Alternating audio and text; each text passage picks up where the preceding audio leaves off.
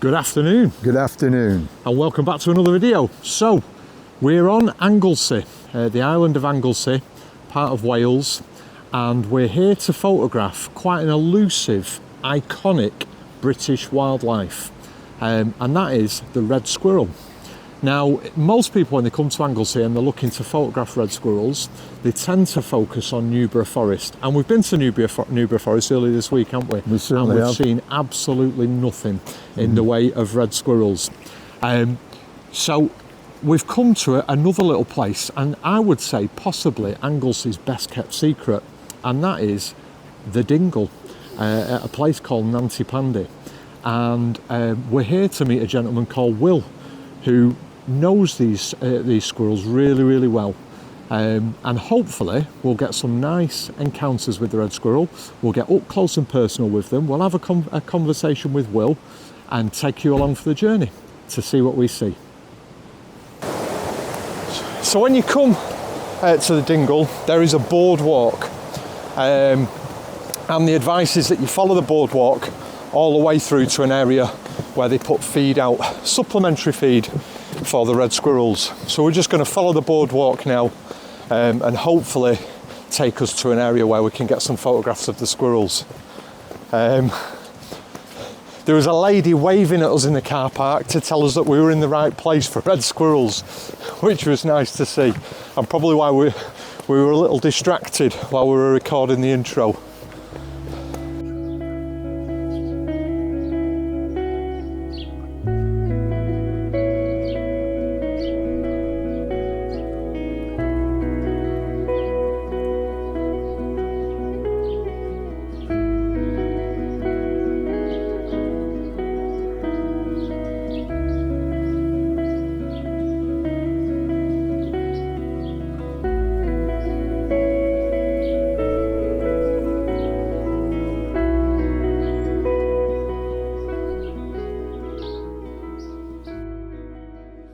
So we've arrived at the area where they feed the squirrels. Now, Will gets here every day, I believe, at 3 o'clock. So what we're going to do, we're here with about 15 minutes to spare. So we're just going to have a look at the area, look at the different setups that's available, take some test shots, get our heads round kind of what settings to use for these squirrels, and wait until Will gets here. But first impressions, Pops, what are you thinking? First impressions is it's a little bit dark. We're just thinking about settings, and as Pops has quite rightly pointed out, the canopy's quite full still in terms of there being lots of leaves and not that much light coming through. I think you're going to get dappled light, aren't you, on certain different posts maybe? I think that's a possibility, yeah. If the sun can break through those clouds that are above us. So what's your plan of attack really with regards to settings? There's another one. We've got 2 red squirrels in the area look now. at that one. Going thick and fast. So what's your plan of attack? Well, basically, I'll be using my 100 to 400 mil lens. I'll be keeping it down to about f5.6, and I'll be controlling the speed as and when I see my ISO climb.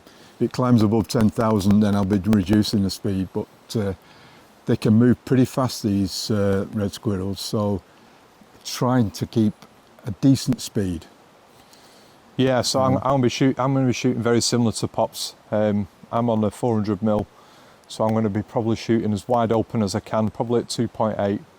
As much light as possible into the lens to keep the ISO down, and then play that balancing act that we often play when we're photographing anything in the UK, and that balancing act is between shutter speed and ISO. You kind of shoot as wide open as you possibly dare, and then, as Pops has said, the red squirrel, they can't half move fast. There's a third one coming in now.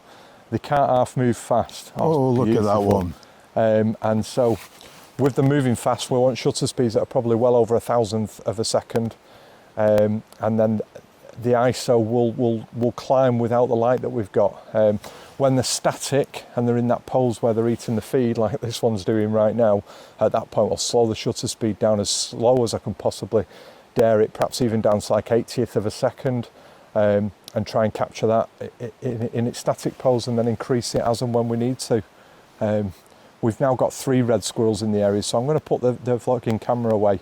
I'm going to get my camera out, I'm going to start getting some pictures.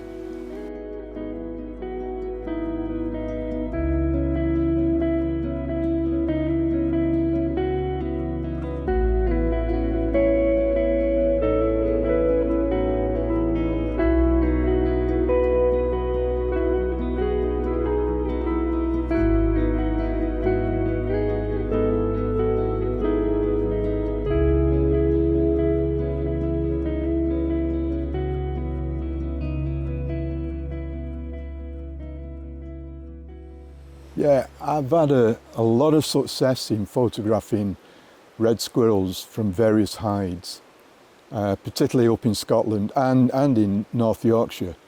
But this is the most fun I've ever had in photographing red squirrels right in front of me with no problem whatsoever. They're not at all frightened of you. It is brilliant, absolutely brilliant. I think you're absolutely right, Pops. I think, you know, it's nice to photograph them in hides, and obviously it's a lot more controlled in terms of you're controlling pretty much where they're going to go, and you know they're going to go on certain perches, and those perches... Your background is going to be fairly clear. And, yeah. So in terms of the outcomes, that you're probably going to get much stronger images in areas where you've got all of those considerations taken into place. Here, we're in the deep dark woods. There's another one coming in over there. And being in the deep dark woods, the light now is beautiful. We've got this really, really nice dappled light that's coming through the trees, and it's illuminating many of the different places that the red squirrels are going. But it's a game because we don't know where they're going to go. There's no feed put out for them at this point, and so they're pretty much going wherever they want. And at times, they run across your feet. It's unbelievable just how close they will get to you. And at the same time, the canopy is alive with small birds. And so we've got all the different types of woodland birds, and they're coming in and you can hear them calling away, which is absolutely fantastic. There's actually been a rook up in the canopy that's been calling and displaying, which I've not seen before. So that's been quite nice. So all we need now is Will to turn up. And when Will turns up, hopefully at that point, he'll introduce a little bit of feed and we'll start to get some nice shots. But until then, I'm just happy just playing along. And this is real fun. It is, it really real is. Fun. Yeah. There's one just coming down now and he's in beautiful light, so I'm going to crack on and get some shots. Yep.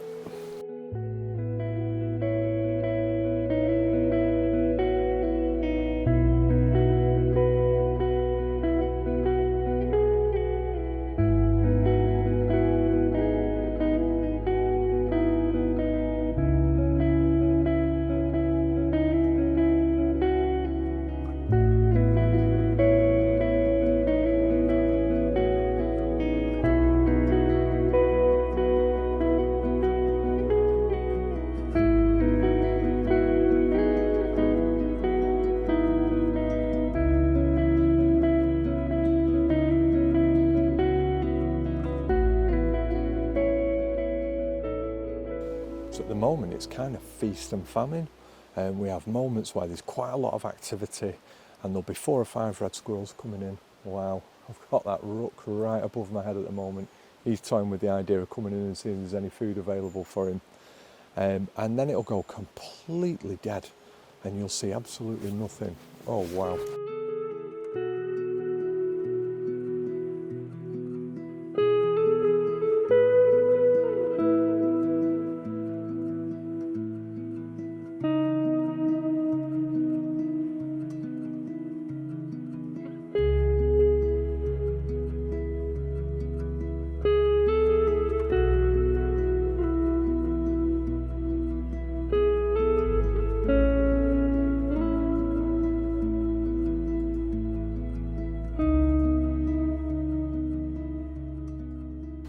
So I stopped recording then because we had a carrion crow that came that close. I mean, you'll see in the video I had to back right off because of the lens that I'm using.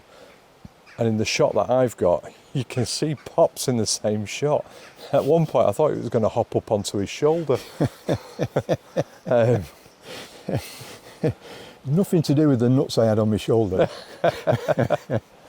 But yeah, I mean, absolutely incredible. In fact, he's still sat on the fence just up there. So Yeah. I'm going to walk up with a GoPro and see if I can get a little bit of footage of him for you.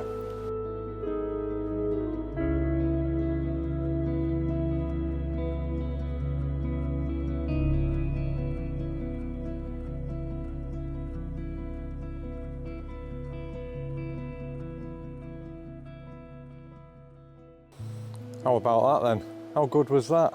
That was shot with the GoPro. That's how close I was to it. In fact, I ended up taking my phone out and taking some photographs on my phone because I was that close. There's nowhere on this earth I could get a photograph with the lens that I've got on my camera.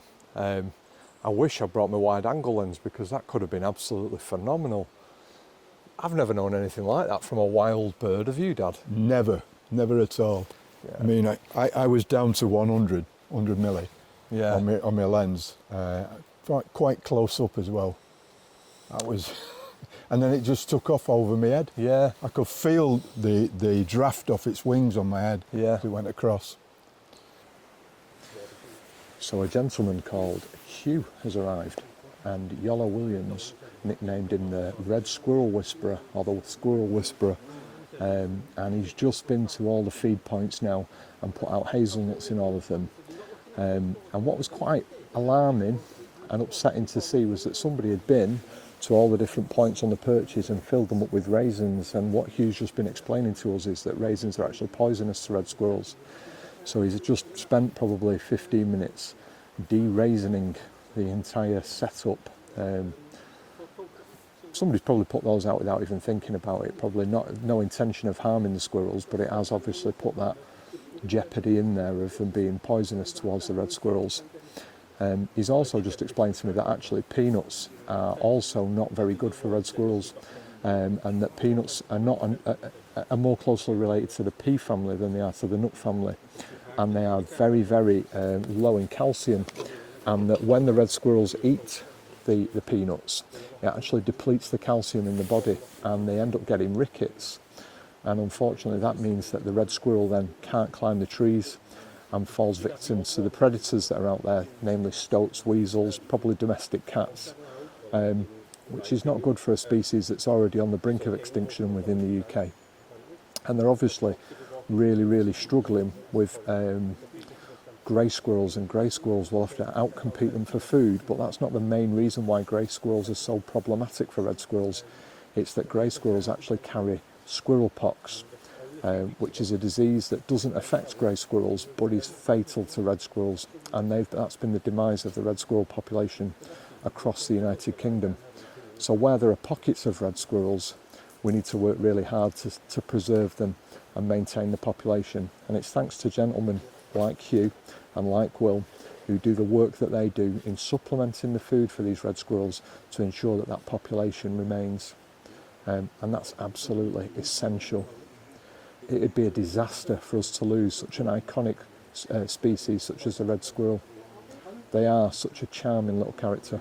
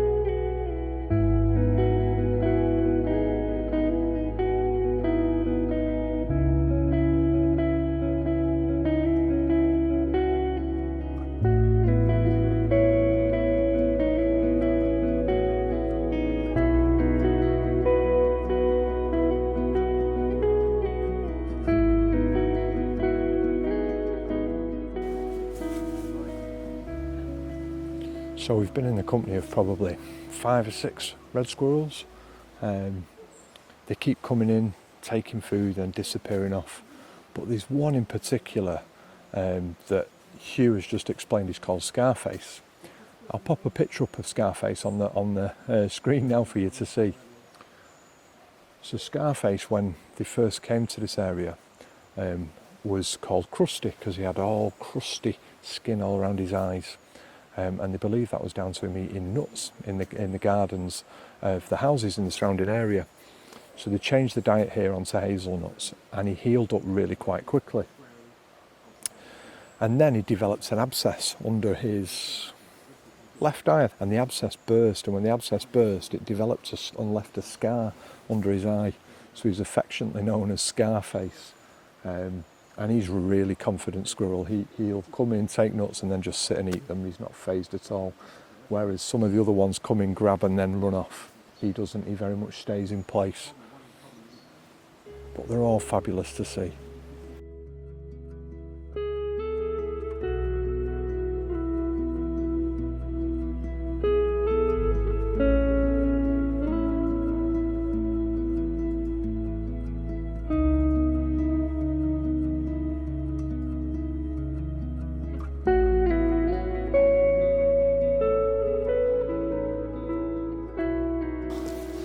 So I'm just going to talk a little bit about settings. Settings wise, I don't know about you, Pops, but I have been shooting at around 3/20th of a second down to 1/80th of a second. I'm shooting wide open at f2.8, and my ISO has still at times been up at 5,000, 6,000. The beautiful light we had earlier on has vanished now, hasn't it? Disappeared altogether. Which is a bit of a disaster. Yeah.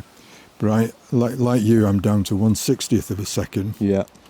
And at f5.6, and like I say, it's been hovering between 5,000 and 6,000 ISO. Yeah. It's a shame, really, but I still think we've got some super shots. Yeah, definitely got some nice shots, particularly when it's perched. I think, in all honesty, I've got nothing in the way of action shots. The minute they're moving around, because I'm down at 3/20th of a second and lower, they're not sharp enough at all. No, they're blurred. They're not blurred, they're incredibly soft. Yeah, but they're coming in, they're grabbing a hazelnut, and then invariably they're sitting, and often they're sitting in quite a nice little perch, aren't they, to be able to capture them and then slow your shutter speed right down, which is quite nice. Yeah, and we're getting the classic red squirrel pose with the tail up behind its back and the beautiful little tufts on their ears. Yeah. But this has been so much fun. Hasn't it? Much fun. And I think we've had some real different variations in colour of red squirrels. You know, we've got one that's been zipping about here today called Scarface, and he's really black, isn't he? He is. His tail is almost jet black in colouring. Yeah, I must admit I've not seen that before. No, me neither. That was a bit of an eye opener. Yeah. But beautiful. Yeah. Absolutely stunning. Yeah. We have been entertained by Hugh, and I will pop Hugh's Instagram in the description below, and I'll pop it up on the screen now. He's got loads and loads of photographs, and he's just been showing me some of the video clips of where he feeds the red squirrels, and they were pretty much crawling all around her, which was fabulous to see. But it's been equally as good here, hasn't it? It's been a fantastic session. Yeah, I've enjoyed absolutely every minute of it.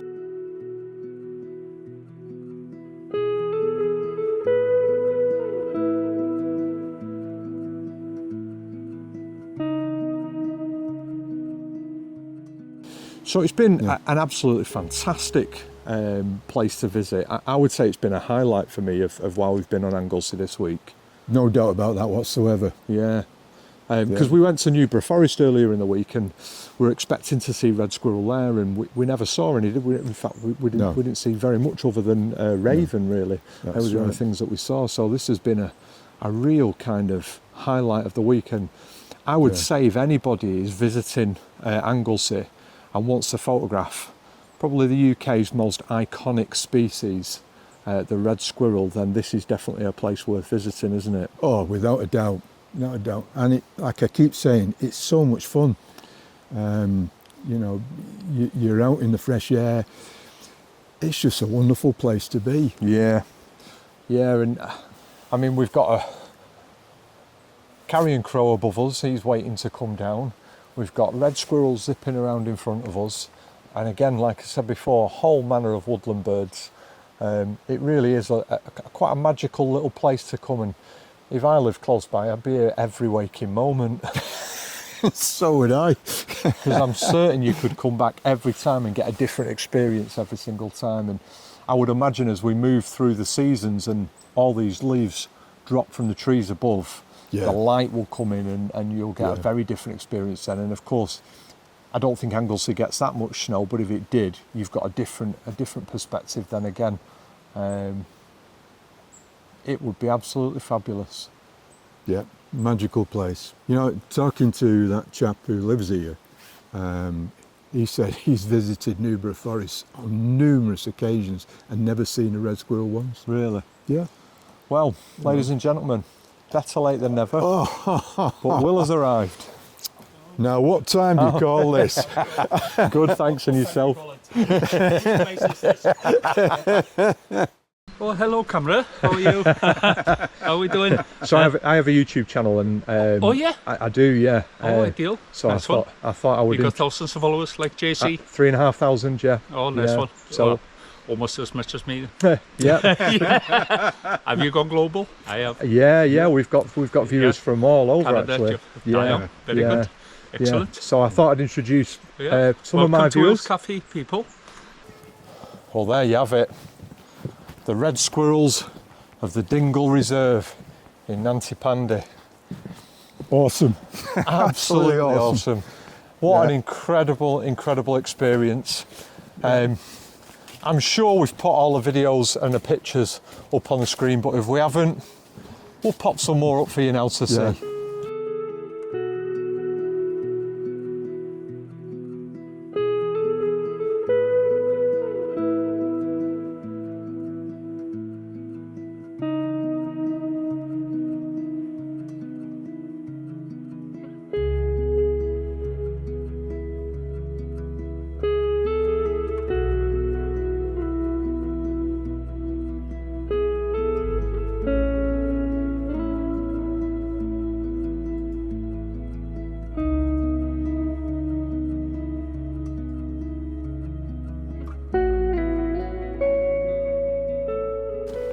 Yeah, it's wonderful. I've never had so much fun photographing red squirrels.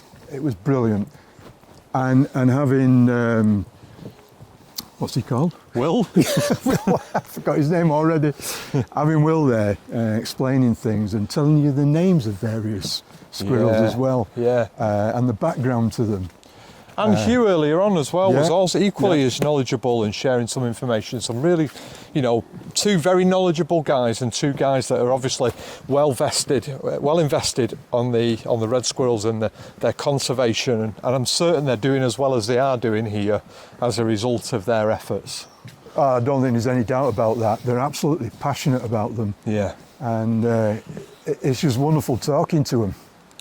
It is, and I think that's one of the great things about our hobby and making these videos is we do come into contact with some really interesting There's a squirrel just running across it. red squirrel just run right across the path in front of us. We come across and meet some really interesting, really nice people, like-minded people, and I think when you come across like-minded people you just hit it off straight away, and the conversation flows and you learn a lot from people like that, which is really important. So if you've enjoyed this video, please consider giving it a like, subscribe, maybe even buy us a coffee on the Buy a Coffee page that's in the description.